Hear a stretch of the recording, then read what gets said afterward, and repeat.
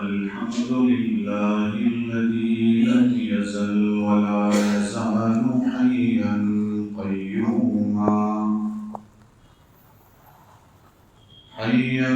قيوما سميعا قديرا مدبرا بصيرا صلوات الله وسلامه على سيدنا محمد وعلى آله وصحبه وبارك وسلم تسليما كثيرا أما بعد، أعوذ بالله من الشيطان الرجيم. بسم الله الرحمن الرحيم. إن تجتنبوا كبائر ما تنهون عنه نكفر عنكم من سيئاتكم وندخلكم مدخلا كريما. صدق الله العظيم.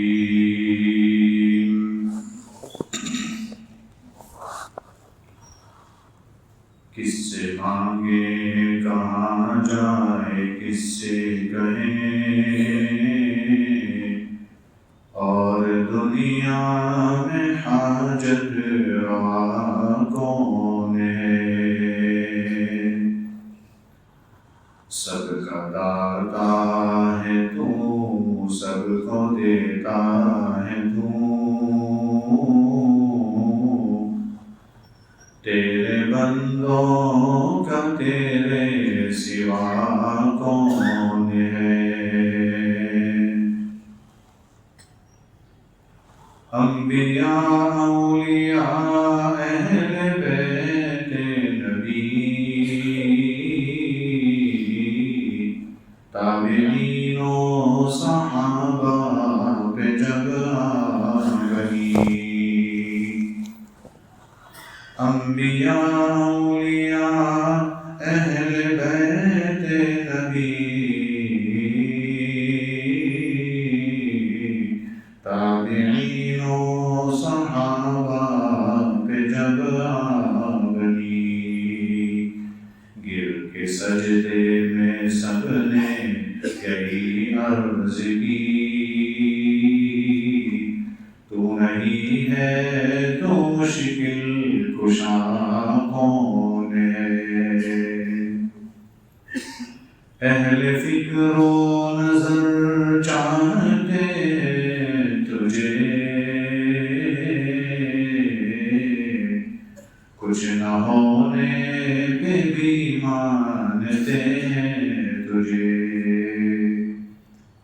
اہل فکر و نظر چاہتے تجھے، کچھ نہ ہونے پہ بھی مانتے تجھے. اے مسلمان اسے فضل باری سمجھ، اے مسلمان اسے فضل باری سمجھ، ورنہ تیری طرف دیکھتا کون ہے؟ ایک مرتبہ اللهم صل على سيدنا محمد وعلى آل سيدنا محمد وأصحابه وأزواجه وبارك وسلم. بزرگوں اور دینی بھائیوں،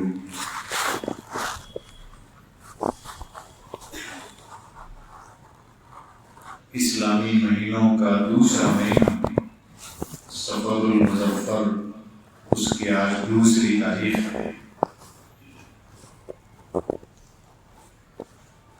قرآن کریم کی ایک آیت کریمہ تلاوت کی ہے جس میں کبیرہ گناہوں سے بچنے کو کہا گیا ہے۔ اس وقت دنیا میں بہت سارے حالات ہیں، الگ الگ طرح کے معاشرتی حالات، گھر کے اندر کے حالات، باہر کے حالات، ملکی لیول پر حالات، عالمی لیول پر حالات۔ مسلمانوں کی تعداد کم نہیں ہے، بہت زیادہ ہے، دوسرے بھائیوں کے مقابلے میں کم ہے، لیکن یہ جو تعداد ہے یہ بہت کم نہیں ہے، بہت زیادہ ہے۔ یہ اور بات ہے کہ اللہ تعالیٰ اپنے دین کی حفاظت کر رہے ہیں اور اللہ تعالیٰ فرمائیں گے حفاظت، لیکن ہمارا کتنا حصہ لگتا ہے اور ہم اس دین کی حفاظت کے لیے کیا کرتے ہیں؟ اس وقت ہم پر حالات کیوں ہیں اور حالات بڑھتے جا رہے ہیں، کم کیوں نہیں ہو رہے ہیں؟ اس کے اسباب کیا ہیں؟ لوگوں نے بہت کچھ لکھا ہے۔ حالات ایسے ہیں کہ جیسے وہ سمندر میں جھاگ ہوتی ہے کہ وہ جھاگ تو بہت زیادہ ہے لیکن اس کو خوب مارو تو ہو جائے گی۔ اس وقت مسلمانوں کی حالت ایسی ہو گئی ہے۔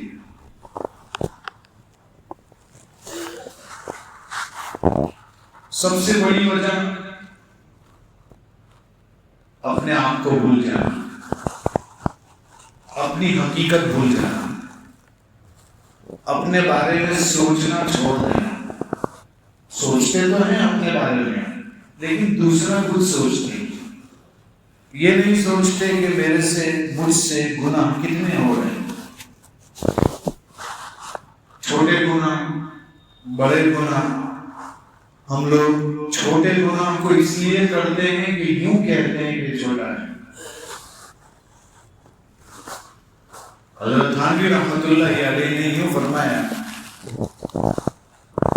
بڑا انگارہ ہو یا چھوٹی چنگاری ہو، دونوں سیم ہیں، فرق کچھ نہیں۔ مثال سے سمجھا کہ بیوقوف ہوگا وہ شخص جو چنگاری کو اپنے جیب میں لے کے چلے گا، یہی تو کبھی انگارہ بنے گا، اسی سے تو آگ لگے گی، کچھ بھی ہو سکتا ہے۔ حضرت تھانوی رحمۃ اللہ علیہ دوسری مثال دیتے ہیں کہ چھوٹا بچھو ہو یا بڑا بچھو، ڈسنے میں دونوں سیم ہے، اس کا بھی ڈنک ہے، اس کا بھی ڈنک ہے، ڈنک میں فرق تھوڑا سا ہوگا لیکن ڈنک تو ہے نا۔ تو کبیرہ اور صغیرہ کو اس طرح نہیں کرنا چاہیے، اور جس کا تعلق اللہ اور اس کے رسول سے ہو وہ چھوٹے گناہ بھی کیسے کرے؟ چھوٹا گناہ اور بڑا گناہ، بڑا گناہ کسے کہتے ہیں؟ بہت ساری تعریفات لکھی ہے جو مدرسوں میں پڑھائی جاتی ہے، صرف یہاں ایک ڈیفینیشن بتاتا ہوں۔ بعض لوگوں نے لکھا ہے کہ بڑا گناہ کا مطلب یہ ہے کہ جس گناہ کے بارے میں قرآن و حدیث میں یوں آیا ہو کہ یہ کرتے ہی جہنم میں جائے گا، یہ کرو گے تو اللہ کی لعنت برسے گی، سمجھ لو کہ وہ گناہ بڑا ہے، اسی لیے اس پر وعید بھی بہت خطرناک ہے۔ بعض گناہ ایسے ہیں جس کے بارے میں بتلا ہے کہ یہ کرنے سے حدیث میں آیا، قرآن میں آیا کہ جہنم میں جائے گا۔ بعض گناہوں کے بارے میں آیا کہ اللہ اور اس کے رسول کی اس پر لعنت ہے۔ بعض گناہوں کے بارے میں آیا کہ اللہ تعالیٰ جنگ کا اعلان کر رہے ہیں۔ ان سب گناہوں کے بارے میں جو یہ وعید آئی ہے، ڈرایا گیا ہے، اس کو کبیرہ گناہ کہتے ہیں، بڑا گناہ کہتے ہیں۔ آئیے اس کو سمجھتے ہیں تھوڑا سا مختصر وقت میں، جس میں یوں کہا گیا ہے کہ لعنت برستی ہے۔ لعنت کسے کہتے ہیں؟ عام طور پر ہمارے معاشرے میں جب غصے ہوتے ہیں تو بھی بول دیتے ہیں کہ لعنت ہو تجھ پر۔ اب لعنت کا مطلب سمجھتے ہیں، اور ہر شخص کسی پر لعنت برسا سکتا ہے، یہ بھی سوال ہے۔ لعنت مسلمان کے حق میں، اور لعنت کافر کے حق میں، دونوں الگ الگ ہے۔ مسلمان کے حق میں لعنت کا جو لفظ آیا ہے اس کا کیا مطلب ہے؟ جب اللہ تعالیٰ اور اللہ کے رسول بتلائیں کہ یہ گناہ کرو گے تو اللہ اور اس کے رسول کی لعنت ہے، اس کا سیدھا مطلب یہ ہے کہ اللہ کی رحمت سے وہ دور ہو جائے۔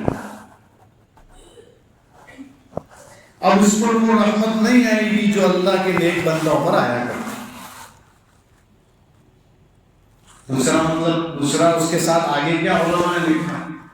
علماء نے آگے یہ لکھا کہ اس کے ساتھ ساتھ اور آگے سمجھنا ہے تو جنت میں دخول اولی اس کا نہیں ہوگا۔ ابتدا میں جو جنت میں داخلہ ہوتا ہے وہ نہیں ہوگا، سزا بھگت کر جنت میں جائے۔ یہ تو ہوا مسلمان کے لیے، اور کافر کے لیے جو لعنت کا لفظ آئے گا تو اس کا مطلب یہ کہ وہ ہمیشہ ہمیشہ کے لیے جنت سے معلوم ہو جائے۔ لعنت والے گناہ کون سے؟ ایک دو ہی بیان کر سکتا ہوں، جمعہ کا وقت ہے۔ پہلے نمبر پر بیان کرتے ہیں جس میں حدیث شریف میں آیا، یاد رکھنا چاہیے یہ جو گناہ ہے لعنت والے، یہ وہ گناہ ہے کہ جس کو انسان کرتا ہے تو نماز پڑھتے ہوئے بھی وہ گناہ میں رہتا ہے۔ آپ سمجھ سکتے ہیں کتنا سخت ترین گناہ ہے۔ جیسے ہم میں سے کسی نے داڑھی کٹوائی ہے، داڑھی منڈوائی ہے، تو وہ آدمی نماز کے دوران بھی گناہ نہیں ہے، اس لیے کہ اس نے گناہ کا ارتکاب کیا، واجب چھوڑا ہے بہت بڑا۔ جیسے کوئی آدمی پائجامہ ٹخنوں سے نیچے رکھے، جس میں حدیث میں آیا کہ اتنا حصہ جہنم میں جائے گا جو حصہ اس نے ٹخنوں سے نیچے رکھا ہے۔ تو نماز کے اندر اگر اس کا پائجامہ ٹخنوں سے نیچے ہے تو وہ اتنا حصہ نماز میں ہوتے ہوئے، جبکہ کوئی گناہ اس وقت نہیں کر رہا ہے، تب بھی وہ گناہ ہمیں ہے نماز میں، اس لیے کہ پائجامہ اس کا ٹخنوں سے نیچے۔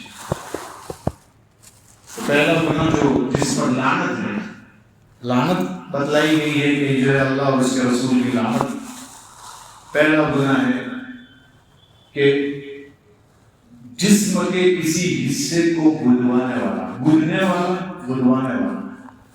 یہ گدنا گدوانا تو ہماری زبان میں شاید سمجھ میں نہ آئے، تو آسان زبان ہے، ٹیٹو کروانے والا۔ اچھا، یہ جو جس پر لعنت بتلائی گئی ہے، یہ نقل کون کرتا ہے؟ اللہ کے رسول صلی اللہ علیہ وسلم۔ ہم تک کس کے ذریعے سے پہنچتا ہے؟ صحابی کے ذریعے سے۔ تو پھر کسی صحابی پر انگلی اٹھانے سے تو حدیث ہی چلی جائے گی، سیدھی آسانی سے لوگ کسی بھی صحابی پر کچھ بھی بول دیتے ہیں، اتنا آسان نہیں۔ چاہے کوئی بھی صحابی ہو، ادنا سے ادنا درجے کا صحابی ہو، صحابہ میں جو مقامات بتائے گئے کہ سب سے اعلیٰ پر عشرہ مبشرہ ہے، خلفائے راشدین ہے، اور پھر بہت اعلیٰ پر بدریین ہیں جو بدر میں شریک ہوئے، جو مقامات اور درجے ان کے بتائے گئے ہیں، سب سے کم درجے کا اگر کوئی صحابی ہو درجات کے اعتبار سے، ہمارے لیے تو سب صحابہ کا مقام بہت اونچا۔ کیوں؟ اس کی وجہ کیا ہے؟ سب سے بڑی وجہ یہ ہے کہ انہوں نے اس آنکھ سے اللہ کے رسول کو دیکھا۔ یہ سب سے بڑا شرف حاصل ہوا، کسی کو یہ شرف حاصل ہے، جو شرف صحابہ کرام کو حاصل ہے وہ کسی کو حاصل نہیں، اس لیے کہ انہوں نے اپنی آنکھ سے نبی کریم صلی اللہ علیہ وسلم جب آپ کو دیکھا ہے تو بس ختم ہو گیا۔ قرآن نے تو ایک ہی لفظ کہا ہے، رضی اللہ عنہ ورضوا عنہ، آسانی سے کہا ہے کہ اللہ ان سے راضی ہو گیا اور وہ اللہ سے راضی ہو گئے۔ جب قرآن کا فیصلہ ہو گیا تو ہم کون ہوتے ہیں کہ ہم 1400 سال کے بعد کسی صحابی کے بارے میں کوئی فیصلہ کرتے کہ وہ صحابی کیا ہیں، کیسے ہیں، کس طرح ہیں، وہ کیا کرتے ہیں؟ ہم کون ہیں؟ ہم کچھ نہیں بول سکتے میرے بھائیوں۔ نہیں یاد ہے عمر بن عبدالعزیز سے کسی نے پوچھا تھا کہ آپ کا مقام بہت اونچا ہے یا حضرت معاویہ رضی اللہ عنہ؟ یہ پوچھا گیا۔ عمر بن عبدالعزیز کی پیدائش سن ہجری 61 میں ہو رہی ہے، 61 میں، یعنی اللہ کے رسول کے انتقال کے 50 سال بعد پیدائش ہو رہی ہے، اور ان کو کیا پوچھا جا رہا ہے اپنی حکومت کے زمانے میں کہ آپ اچھے ہیں یا معاویہ اچھے ہیں؟ معاویہ صحابی ہیں، کاتب رسول ہیں، اللہ کے رسول صلی اللہ علیہ وسلم کی وحی جو آتی تھی آسمان سے اس کو لکھتے تھے۔ 45 صحابہ کرام ایسے ہیں جنہوں نے وحی آئی تو لکھا ہے، ان میں حضرت معاویہ ہے، حضرت ام حبیبہ کے بھائی ہیں وہ، تو اللہ کے رسول صلی اللہ علیہ وسلم کے رشتہ دار ہوئے، مومنین کے ماموں کہے گئے وہ، اس لیے کہ ساری بیویاں ہماری ماں ہیں۔ تو پھر حضرت معاویہ جب ان کے بھائی ہیں ام حبیبہ کے، تو وہ ہم سب کے ماموں ہوئے، اور ماموں کو ماموں کہتے ہی اس لیے ہے کہ اس کا منہ ماں جیسا ہوتا ہے۔ آپ سمجھ سکتے ہیں حضرت معاویہ رضی اللہ تعالیٰ عنہ کا مقام بہت اونچا ہے۔ پوچھا گیا عمر بن عبدالعزیز سے کہ معاویہ افضل ہیں یا عمر بن عبدالعزیز یعنی آپ افضل ہیں؟ تو جواب بڑا زبردست دیا، فرمایا معاویہ جس گھوڑے پر جس اونٹ پر سواری کرتے ہیں اور سواری کرتے ہوئے وہ اونٹ کی ناک میں یا وہ اس اونٹ کی ٹاپ میں جو مٹی آتی ہے اس مٹی کے برابر بھی عمر بن عبدالعزیز کا درجہ نہیں۔ اندازہ کتنا بڑا مقام ہے۔ آج غلطی سے لوگ کسی صحابی کے بارے میں گستاخی کرتے ہیں، میرے بھائیو انجام اچھا نہیں ہے، انجام اچھا نہیں ہے۔ ہمیشہ زندگی میں اس چیز کو یاد رکھو، مستقبل میرا کیسا ہوگا، ابھی میری زندگی جیسی گزرے گی انجام ایسا ہی ہوگا۔ اگر ابھی برا گزرے گا تو انجام بھی برا ہوگا۔ وقت کا کچھ پتا نہیں کب کیا ہو جائے، کب کیسے ادھر کہاں زندگی کی شام ہو جائے۔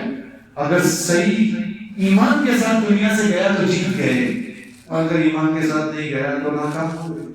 وہ ایک آدمی کا وہ واقعہ بہت مشہور ہے جس کو علامہ ذہبی رحمۃ اللہ علیہ نے کتاب القبائر میں لکھا ہے کہ وہ اذان دے رہا تھا، اور اس زمانے میں جو اذان دیتے تھے تو مائک تو ہوتے نہیں تھے اور اذانیں بھی بڑی اچھی ہوا کرتی تھی۔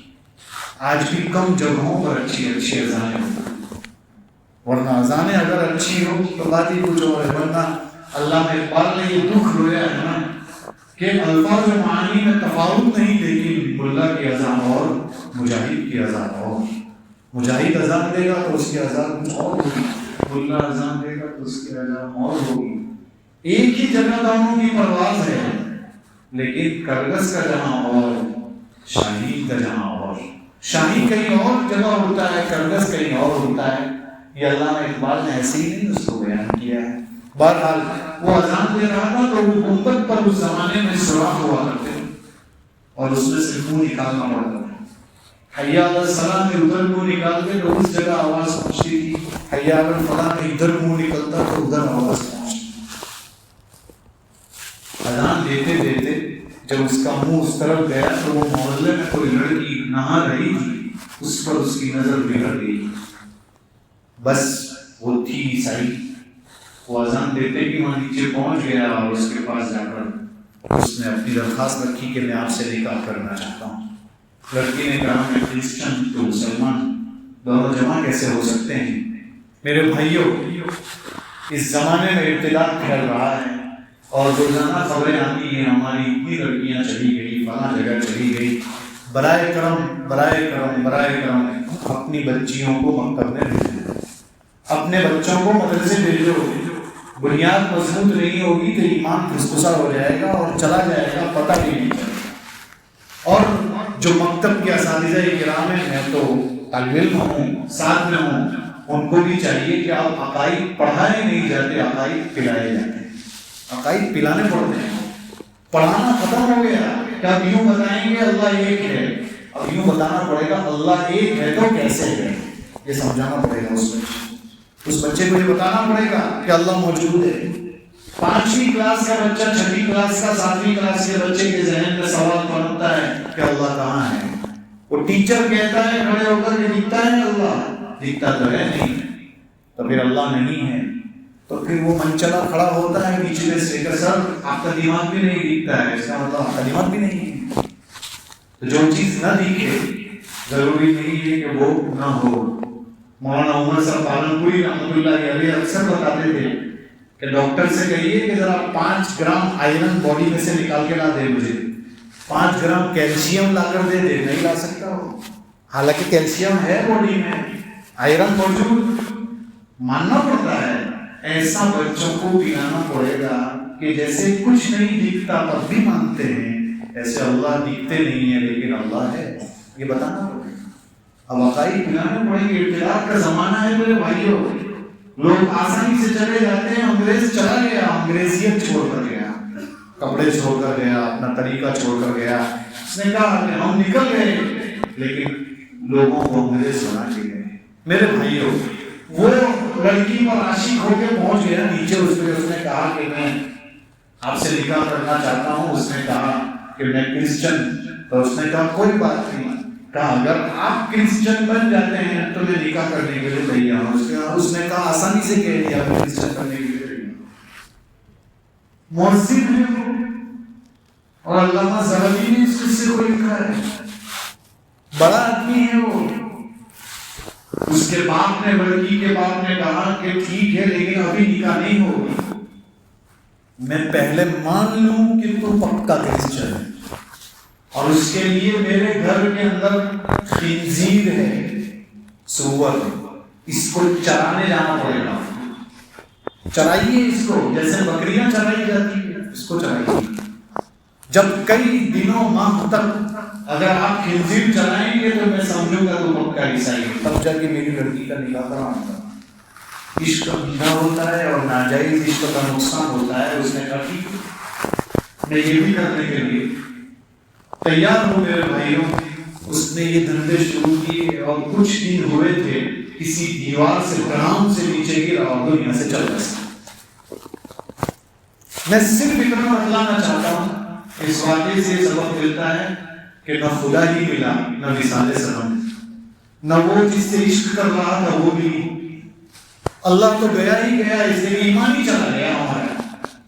یعنی جس کو اس نے پایا تھا اللہ تعالیٰ تو موجود, لیکن ایمان چلا گیا. ایمان کے بغیر دنیا سے گیا, کیا فائدہ ہوا اس کا. اس لیے میرے بھائیوں اپنی فکر کرنی چاہیے. پہلا گناہ بتلا رہا تھا میں کہ جسم بلوانا. اب تھوڑا سا غور کیجیے, 1400 سال پہلے اللہ کے رسول اس معاملے پر لعنت فرما گئے. غور کیجیے, یعنی اللہ کے رسول کو معلوم تھا ایسا زمانہ آئے گا کہ لوگ اس کو خوبصورتی سمجھیں گے, خوبصورتی سمجھیں گے کہ ٹیٹو پڑھانے سے میں خوبصورت بنتا ہوں. ارے اللہ نے جس حال میں بنایا ہے وہی خوبصورتی ہے. آپ کیا سمجھتے ہیں؟ بلال کے کالے پن میں خوبصورتی تھی, اس لیے کہ بلال ایمان لائی تھی. وہ ایمان لائے تھے. کالا ہونا اللہ کے یہاں عیب نہیں ہے. اگر عیب ہوتا تو حضرت بلال تو کالے ہیں, کعبۃ اللہ کا خلاف کر رہا ہے, عیب نہیں ہے. اور گورا ہونا کسی کو جنت میں نہیں پہنچائے گا. اگر گورا ہونا ہی جنت میں پہنچانا ہوگا تو ابو لہب تو پہلے ہی جانا چاہیے تھا جنت, جبکہ وہ جہنم میں جائے گا. ابو لہب اتنا گورا چلتا تھا کہ قرآن نے کہا کہ شعلے والا, آگ والا اس کو کہا. اس سے کنایا بھی ہے کہ وہ جہنم میں. اندازہ کرتے ہیں آپ. اس لیے لوگ خوبصورت کرنے کی کوشش کرتے ہیں, فائدہ کیا, جسم پورا پھٹ جاتا ہے, چمڑی نکل جاتی ہے. ابھی وہ ایک فٹ بالر ریٹائر ہوا ہے, اس کی خصوصیات لوگوں نے لکھی ہے, مشہور ہے, بہت مشہور فٹ بالر ہے. اس کی خصوصیات میں یہ کہ اس کے پورے بدن پر کہیں بھی ٹیٹو نہیں, یہ اس کی خصوصیات پر بتایا جاتا ہے. میں یہاں مسجد میں اس کا نام لینا نہیں چاہتا ہوں, میں صرف یہ بتانا چاہتا ہوں کہ وہ بھی اس کی حقیقت سمجھتا ہوگا. اب تو وہ نہیں کروانا ہے کچھ. وہ مسلمانوں کا بھی ہمدرد رہا, غریبوں کا بھی ہمدرد رہا, فقیروں کا بھی ہمدرد رہا, سب کچھ. ہمارے اندر وہ چیزیں, ہمارا مسلمان بھی ٹیٹو پڑوانا ہوگا. اتنی چیز کو نہیں سمجھ پا رہا ہے کہ ٹیٹو کیا ہوتا ہے, نقصان کیا ہوتا ہے. یہ تو غیروں کی عورتیں کرواتی یہ کام, کہ جس کی وجہ سے وہ سمجھتی ہے کہ خوبصورتی کا نشانہ اللہ کے رسول صلی اللہ علیہ وسلم فرماتے اس پر لعنت ہے. یعنی اللہ کی رحمت سے محروم ہے, وہ جنت میں دخول ہو ہی نہیں ہوگا, اور وہ نکلتا نہیں ہے. جب توبہ کرتا ہے اور نکالنے کی کوشش کرتا ہے تو جسم کی چمڑی لے کر نکلتا ہے, وہ ایسے نکل بھی نہیں سکتا ہے. علماء نے لکھا ہے اگر تکلیف زیادہ ہو تو صرف توبہ کر لے گا تب بھی کافی ہو جائے گا, لیکن کوشش یہی کرنی چاہیے کہ اس کو نکالنا چاہیے. یہ تو میں نے ایک گناہ بتایا ہے.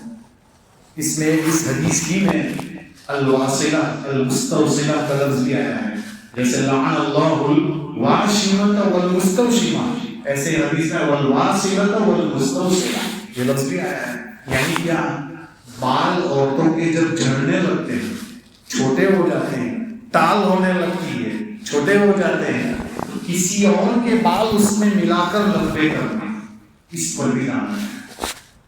کسی کے لیے بال اپنے اندر ملا دیے، دھوکہ دیا۔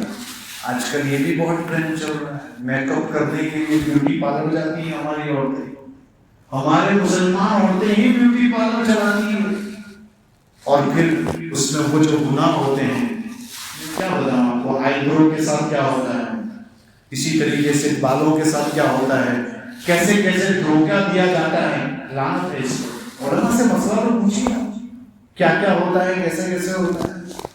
اسی طرح ایک گناہ ہے سود، اس پر بھی لعنت ہے۔ سود بیچنے والا، سود لینے والا، سود دینے والا، سود کا معاملہ لکھنے والا، بینک کی نوکری پر بھی سوال ہے کہ بینک میں نوکری کر سکتے ہیں کہ نہیں۔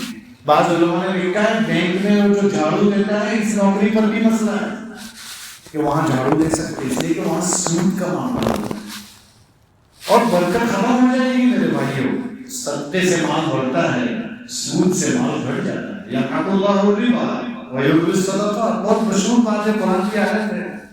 آج کل انٹرسٹ عام ہوتا جا رہا ہے، بہت سب کا پیسہ بینک میں ہی ہے، دھوئے سے تو بچ نہیں پاتے، کچھ نہ کچھ تو دھواں لگی ہے۔ چاہے انسان یوں کہے کہ میں 500 روپیے، 1000 روپیے، 2000 روپیے جو بھی انٹرسٹ آتا ہے میں نکال لیتا ہوں، آپ نکال لیتے ہیں، دھواں تو لگی گیا، چاہے کچھ بھی کہیں کچھ تو لگی جائے گا۔ قیامت سے پہلے کی علامتوں میں انسان بچنا چاہے گا تب بھی نہیں بچ پاتا، لیکن ہمارے بس میں جتنا ہے اتنا تو اتنی کوشش تو کریں۔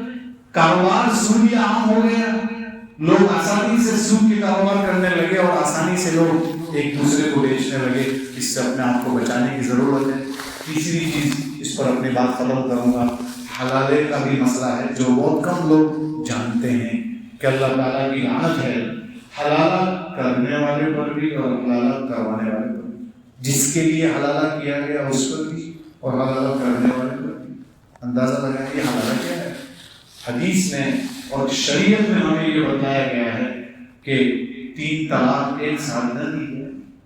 یہ بھی معاشرے میں رواج پکڑتا جا رہا ہے کہ 3 طلاق ایک ساتھ دیتے ہیں، اس کو طلاق بدعت، اچھی طلاق نہیں کہا ہے، اللہ تعالیٰ اللہ کے رسول نے اسے پسند نہیں کرتے۔ ایک طلاق سے بھی اور سے جدائی ہو سکتی ہے، اور بہت مجبوری میں ایک طلاق دینے کو کہا ہے، اس کے پروسیس ہے۔ یہ نہیں کہ صبح لڑائی ہوئی دوبارہ طلاق دی، ایسا نہیں کہا، پھر پریشان بنے پھرتے ہیں۔ ایک طلاق میں بھی مسئلہ ہو جائے گا، اور شاید دماغ لوٹ آئے تو بہت جلدی نکالی ہو سکتا ہے، بہت جلدی رجوع بھی ہو سکتا ہے۔ علماء سے پوچھیں گے بہت آسان ہے، لیکن 3 طلاق دینے کے بعد پھر روتا ہے، اس کو 3 دے دی، اب وہ لڑکی نکاح میں نہیں آ سکتی دوبارہ، اس لڑکی کو کسی اور سے نکاح کرنا پڑے۔ اور فرمایا کہ جب وہ کسی اور سے نکاح کرے، پھر وہ اس سے ہم بستری کرے، پھر وہ اسے طلاق دے، پھر وہ اس کی عدت گزارے، اس کے بعد پہلا شوہر نکاح کر سکتا ہے، اس سے پہلے نکاح نہیں ہوگا۔ یہ جو عمل ہے اس کو حلالہ کہتے ہیں، لیکن اگر پہلے شوہر نے وہ دوسرا شوہر جس سے وہ نکاح کرے گی اور وہ اگر طلاق دے گا اور بعد میں یہ شادی کر سکتا ہے، اس کو جا کر یوں کہے کہ نیت کرو نا کہ میں 1-2 دن میں اسے طلاق دے دوں گا، اگر نکاح کے وقت یہ شرط لگائی تو اللہ اور اس کے رسول نے اس کو معاف کر سکتے، یہ نہیں کر سکتے۔ ہاں مجبوری اپنی بیان کر دے کہ میری یہ مجبوری ہے، اور پھر نکاح کے وقت کوئی شرط نہ لگائی گئی ہو اور پھر وہ اپنی مرضی سے اسے طلاق دے تو مسئلہ ہے۔ آپ علماء سے پوچھیے اس میں یہ کیسے کیسے مسائل ہیں۔ اللہ تعالیٰ ان بڑے بڑے گناہوں سے ہم سب کی حفاظت فرمائیں۔ یہی آیت پڑھی تھی اور اس میں یہی بتانا چاہتے ہیں کہ کبیرہ گناہوں سے اپنے آپ کو بچاؤ گے، دھیرے دھیرے حالات درست ہوں گے انشاءاللہ۔ یہ کئی اسباب میں سے ایک سبب ہے، اسباب تو بہت سارے ہیں، گناہ بھی بہت سارے ہیں، لعنت والے گناہ بھی بہت سارے ہیں جس کی تفصیل کا اس وقت نہیں۔ اللہ تعالیٰ ہم سب کو عمل کرنے کی توفیق عطا فرمائیں۔ باخر دعوانا الحمدللہ۔